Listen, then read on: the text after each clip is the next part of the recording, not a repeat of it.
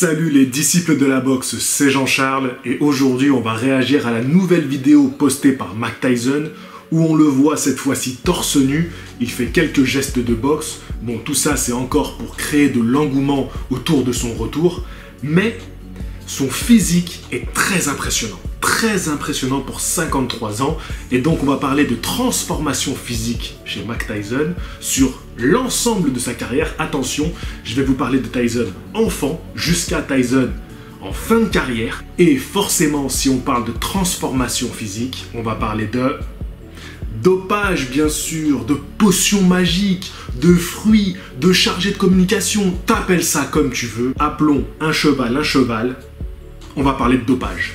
Et je vais te donner mon avis en toute sincérité. En toute sincérité. On va commencer par analyser les images qu'il a postées sur les réseaux hier. On peut voir que physiquement, les muscles sont de retour. On peut voir les pectoraux, les bras. C'est pas mal, c'est pas ouf, mais c'est pas mal. Et on peut même voir un petit peu le haut des abdos qui apparaissent.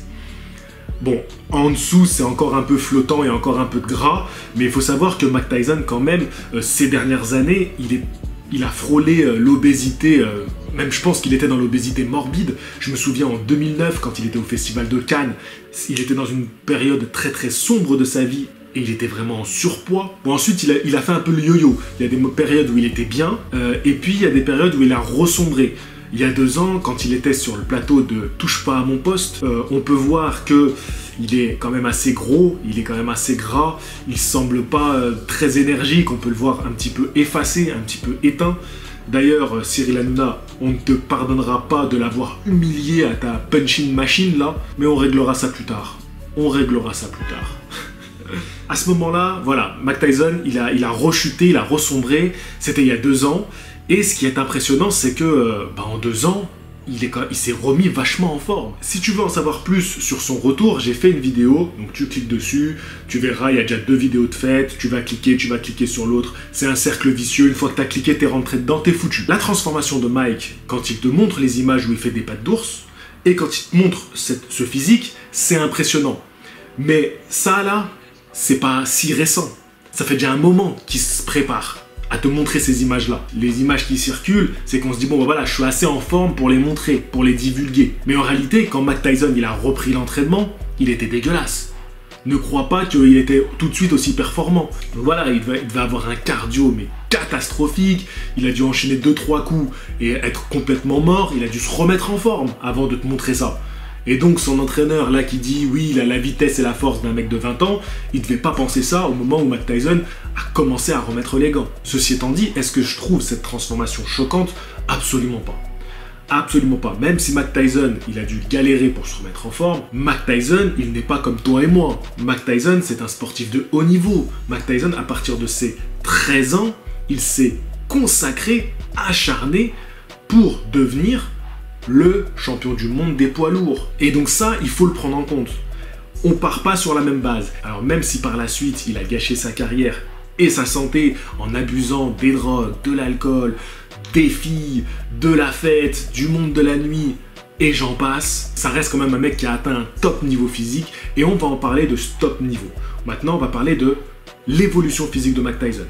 Mike Tyson, donc comme je te le disais, il commence la boxe de manière intensive vers ses 13 ans. C'est le moment où Cus D'Amato le repère. La première réaction qu'il a, c'est lui là, la vie de ma mère, il va devenir champion du monde poids lourd. Bon, on ne sait pas si exactement il a tenu ses propos, mais c'était à peu près ça. Et si il a tout de suite pensé que Mike Tyson allait devenir un champion du monde poids lourd, c'est parce que à peine à 13 piges, il avait déjà un physique hors norme. Il avait déjà une masse. Alors, ce qu'on sait de son enfance, c'est qu'il avait plutôt tendance à être gras, à être gros, voire même être obèse. Ça, c'est lui qui le dit dans son autobiographie. Quand on voit Mike Tyson vers ses 15, 16, voire même 17 ans, on peut voir qu'il est massif, il est déjà musculeux, il est déjà super impressionnant, et à ce moment-là, il est à peu près à 90 kg. Si je peux t'affirmer ça, c'est parce que il voulait participer aux Jeux Olympiques de Los Angeles en 1984, il hésitait entre les poids lourds et les poids super lourds en amateur. Donc c'est-à-dire soit moins de 91 kg, soit plus de 91 kg. Il va échouer pendant les qualifications, mais donc on sait que à ce moment-là, il était à peu près à 90 kg, parce qu'il pouvait passer d'une catégorie à l'autre pour faire les qualifications. Donc déjà, on part d'une base d'un mineur, donc 17 ans, qui a 90 kg, musculeux, en super forme physique, parce que c'est un gars qui veut tenter d'aller aux Jeux Olympiques. Donc c'est pas un mec qui est en surpoids, c'est un athlète de 90 kg. Puis Mike Tyson va décider de passer chez les professionnels. Donc on est en 1985, il est à 4 combats professionnels en à peine 4 mois. Donc voilà, Mike Tyson c'était une machine, il voulait aller vite jusqu'au titre. Il a 18 ans et il pèse à peu près 98,4 kg. Alors ce qu'on peut dire de son physique, c'est qu'il est trapu. Pareil, il a un buste développé, que ce soit les bras, les biceps, les épaules, les pectoraux. Les abdos, on les voit pas si bien que ça. On peut voir qu'il y a une petite couche quand même de gras dessus, mais ils sont quand même visibles. Le point fort de Mike Tyson, c'était ses cuisses, qu'on voit pas trop sur ces images-là, mais il avait des cuisses énormes. Lui-même s'en vantait beaucoup, il disait qu'il adorait se balader en short pour montrer ses cuisses hyper musclées. Bon, il est trapu, il a un dos dessiné, mais pas non plus hyper volumineux. Ça reste un petit poids lourd. Bon, quand même sur la balance, il est pas très loin des 100 kg. Mais son poids de forme, c'est à peu près ça, 97-98 kg. Un an plus tard, donc on est en 1986, Mike Tyson a 19 ans, et là, il pèse sur la balance 97,5 kg.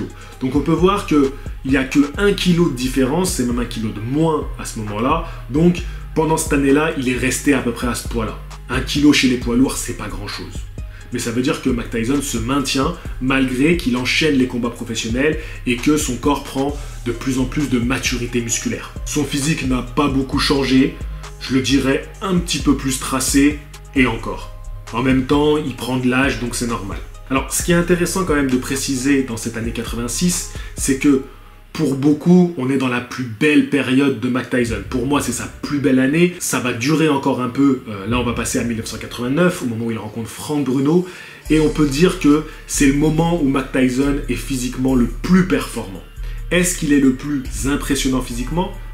On en parlera plus tard. Mais en termes de performance, c'est inégalable. Donc, je vous disais, on est en 89, il a 22 ans. Sur la balance, il est pesé à 98,8 kg. Mike Tyson rencontre Frank Bruno. J'ai tenu à montrer quelques images de ce massacre pour appuyer le fait que Mike Tyson était vraiment extraordinaire pendant cette période-là. Là, c'est un moment marquant dans la carrière de Tyson parce que c'est son dernier combat avant la case prison. Il a 24 ans. Il pèse 97,9 kg. Donc, vous voyez, le poids, c'est quasiment toujours le même. On est en 1991 et il affronte pour la seconde fois Donovan Ruddock. Le poids ne bouge pas et je trouve que le physique ne bouge pas non plus. C'est toujours sensiblement le même athlète. On peut voir que les abdos ne sont pas vraiment visibles. On sent qu'il y a une barrière abdominale extrêmement solide. D'ailleurs, il a un tronc assez large. Et voilà, vous voyez, c'est pas le physique en triangle qu'on pouvait voir chez les poids lourds de cette époque-là dans les années 90. Souvent, les adversaires de Tyson, c'était vraiment ça. C'était des épaules hyper développées, hyper larges et la taille assez fine, avec des jambes assez longues et fines. Et Mike Tyson, c'est pas vraiment ça. C'est plutôt petit, tassé, un tronc bien large, finalement pas tant développé que ça au niveau des épaules. Mais c'est un physique qui correspond à sa boxe, c'est-à-dire hyper explosif, tu vois. C'est un concentré de muscles comme ça qui est prêt à péter. Bon, c'est des super combats dans cette période-là, je vous invite à aller les voir, hein. Je vous mettrai les liens des combats dans la description de la vidéo. Et là, on arrive en 1995. Pendant 4 ans, Mike Tyson a été sans activité, donc sans boxe. Il était en tôle, donc il fait son retour à 29 ans contre Peter McNeely. Et là, il pèse 99,8 kg, donc il est un petit peu plus lourd. Mais ce qui est très impressionnant, c'est que oui, il est plus lourd, mais surtout, il est plus tracé. Il est plus écorché, comme diraient les mecs de la muscu. Là, on voit les abdos. Là, le taux de graisse, il doit être mais vraiment bas. On peut voir que il a la peau sur le muscle. Il est très impressionnant. Ses biceps, on dirait qu'ils vont exploser. Ils sont veineux. Les pecs sont plus tracés, pas plus volumineux. Dans l'ensemble, il n'est pas plus volumineux, mais il est beaucoup plus tracé. Là, je vais pas vous mentir. On fait un stop là dans la vidéo. Pour moi, Mike Tyson, à ce moment-là, il est sous-produit. Il est sous-produit dopant. Et je vais faire un petit point rapide pour m'expliquer. Le manque d'activité, je vous l'ai dit, c'est quand même assez étonnant qu'il arrive avec un physique aussi bien préparé pour un combat de retour. C'est quand même très très marquant. Regardez un Tyson Fury quand il est revenu dans la boxe. Après un long arrêt, il n'est pas en grande forme. On peut voir qu'il est en surpoids. Il n'est pas dans une très bonne condition physique et il va avoir besoin de plusieurs combats avant de retrouver une bonne forme. Là, on parle de Mike Tyson qui était en prison. En prison, on n'a pas une super hygiène de vie, on n'a pas une super hygiène alimentaire. J'estime qu'on ne dort pas super bien, on n'a pas un super repos. Alors oui, tu as accès à quand même des salles de sport. En plus, c'est Mike Tyson, on va pas se le cacher. Il devait avoir un petit peu plus de services que d'autres. Mike Tyson, il explique bien dans son autobiographie qu'il pouvait se taper des femmes tranquillement pendant les parloirs. Mike Tyson, il avait des passe-droits. Il faut savoir qu'il y a des grandes personnalités qui sont venues le voir en prison. De très très grandes personnalités, que ce soit des hommes politiques, que ce soit des acteurs ou des actrices. Donc, c'était quand même Mike Tyson. Je suis persuadé que pendant cette période en prison, on lui a fait passer des produits. On lui a fait passer des produits. Alors, bien évidemment que Mike Tyson, à ce moment-là, il mangeait mal, mais il devait avoir des compléments alimentaires, il devait avoir de la protéine. Ça passe sans problème en prison. Mais au-delà de ça, tu ne pourras pas m'enlever à l'idée qu'en prison, il y a un fort trafic de stéroïdes et que Mike Tyson, il a forcément eu l'occasion d'en toucher. Je dis les stéroïdes parce que c'est assez généralisé dans le monde du dopage. On sait que c'est le produit classique utilisé pour se doper. Il y a plein d'autres produits. Je ne suis pas là pour en faire l'étalage ni la promotion. Et puis de toute façon, j'y connais pas grand-chose.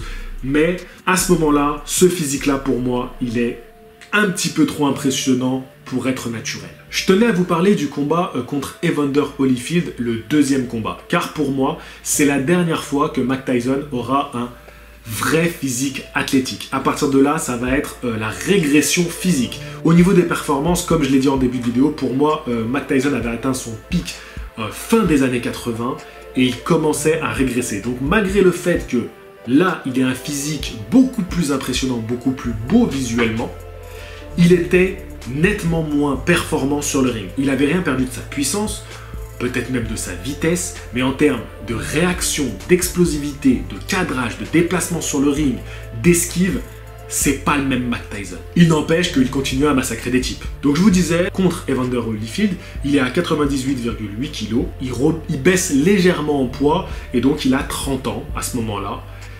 Je vous invite à aller voir les images du combat, vous pourrez encore mieux comparer vous-même. On passe en 1999, Mike Tyson a 32 ans, et là, sur la balance, il pèse 101,1 kg.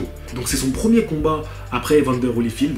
Donc on peut voir qu'il y a quand même une assez longue période qui s'est passée. Pendant ce temps-là, il a pris un peu de poids. Il est beaucoup moins visuellement écorché, sec que contre Evander. D'ailleurs, ça s'en ressent au niveau du poids. Il est plus lourd. Il n'a jamais été aussi lourd dans tous les poids que je vous ai montrés jusqu'à maintenant.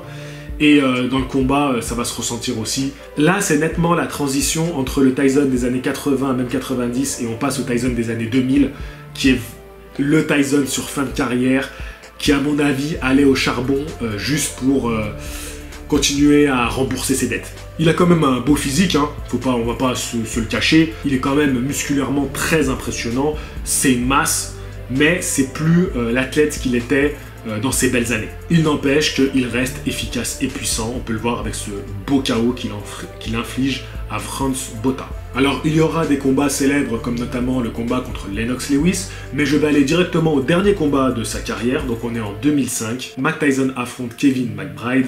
À ce moment-là, il a 38 ans et il pèse 105,7 kg.